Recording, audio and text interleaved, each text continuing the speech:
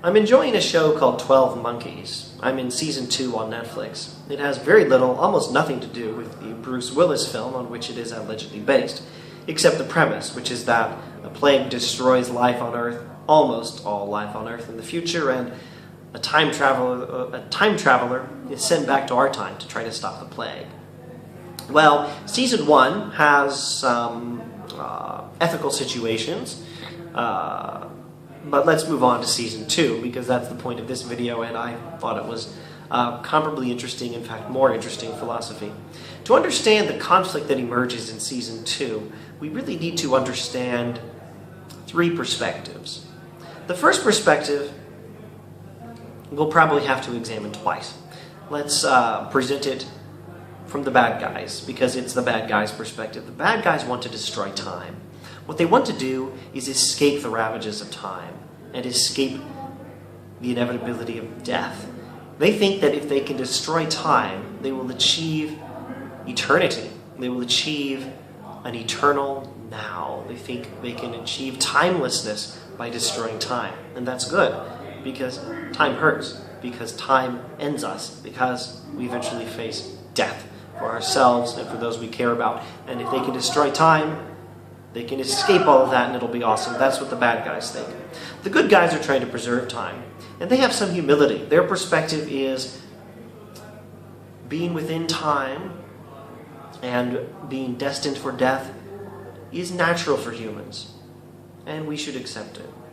And living life with a perspective that keeps death in mind, being in this world with attentiveness to the fact that we will eventually die and not be in this world, gives us a helpful perspective for life. Now, there's not a little bit of Socrates in here, but most importantly, most vividly, is the Heidegger. It feels like Heidegger wrote bits of the script in season 2. This is a Heideggerian humility towards time and humility towards death that these people have. Now, these are the good guys, Heideggerian humility versus the bad guys who want to achieve timelessness. But there are more perspectives to consider. We have to consider one more perspective, and then we have to consider the perspective of the bad guys again. Now, a third perspective that is necessary to consider is that of characters like Augustine, Boethius, Anselm Aquinas, and C.S. Lewis, who speak very favorably of the idea of timelessness. God is outside of time, and that's good. And I think if you study the right passages towards the end of Augustine's Confessions, you might find, I think you will find if you study it, you will find that Augustine thinks the human being himself is already, in some small way, an image of God, an image of God's timelessness. Human perception, human thought, covers more than one instant in time, Augustine will say. And this is a small imitation of God's timelessness. Human thought is already timeless in a very small way that imitates God. So this timelessness is not a bad thing. And of course, death is the result of sin. We don't like death. We don't want death. We should not like death. And of course, the gospel message in the Bible includes the eventual ending of death. Death thou shalt die, said the poet. I think it was John Donne. So this third perspective, the perspective, the medieval philosophical perspective of the goodness of timelessness and the desirability of escaping death. Now, does that mean the bad guys are right? No, I don't think so. I think given the choice between what the bad guys want and the Heideggerian humility of the good guys, Heideggerian humility is the obvious correct choice. But it doesn't mean that everything the bad guys want is bad. The real problem, I think, is the way they're trying to accomplish it.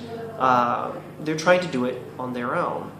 They're trying to do it by their own power and on their own terms. They're not trying to do it in the way Augustine or C.S. Lewis or Aquinas would say it is done. It is done by the grace of God, and the doing of it is under God's management, and that is the way it should be done. We don't try to escape death on our own terms. Oh, that leads to nothing but trouble. Look at Harry Potter, for example, trying to escape death on our own terms. That's what makes a Lord Voldemort and all them Horcruxes. No, Heideggerian humility towards death is better. But that doesn't mean we have to approve of death. So in this third perspective, we recognize that timelessness is not a bad thing, and that escaping death is desirable, but we do not try to do it on our own terms and by our own means. And I think it's best to compare the perspective of the bad guys achieving timelessness by any means necessary and on our own terms and in our own way. I think it's best to look at their perspective as that of, or at least similar to that of, the people who were building the Tower of Babel in the book of Genesis, in the Torah, in the Old Testament, in the Bible. These people say, come, let us make a name for ourselves and let us build a tower up to heaven. Let us achieve divine status by our own strength and on our own terms.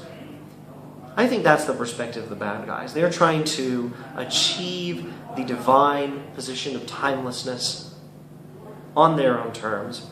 And in the face of this, Heideggerian humility is necessary. Now, as far as I've gone in this show, there's really not a hint of the Augustinian or the Boethian or the C.S. Lewis perspective of the desirability of timelessness. It's just Heideggerian humility. So if you want to see that other perspective, well, find a different sci-fi show or read those books. But in this show, with the choice between the Tower of Babel attempt at timelessness and Heideggerian humility, I think the good guys are right to go with Heideggerian humility in the face of death and acceptance of our position within time.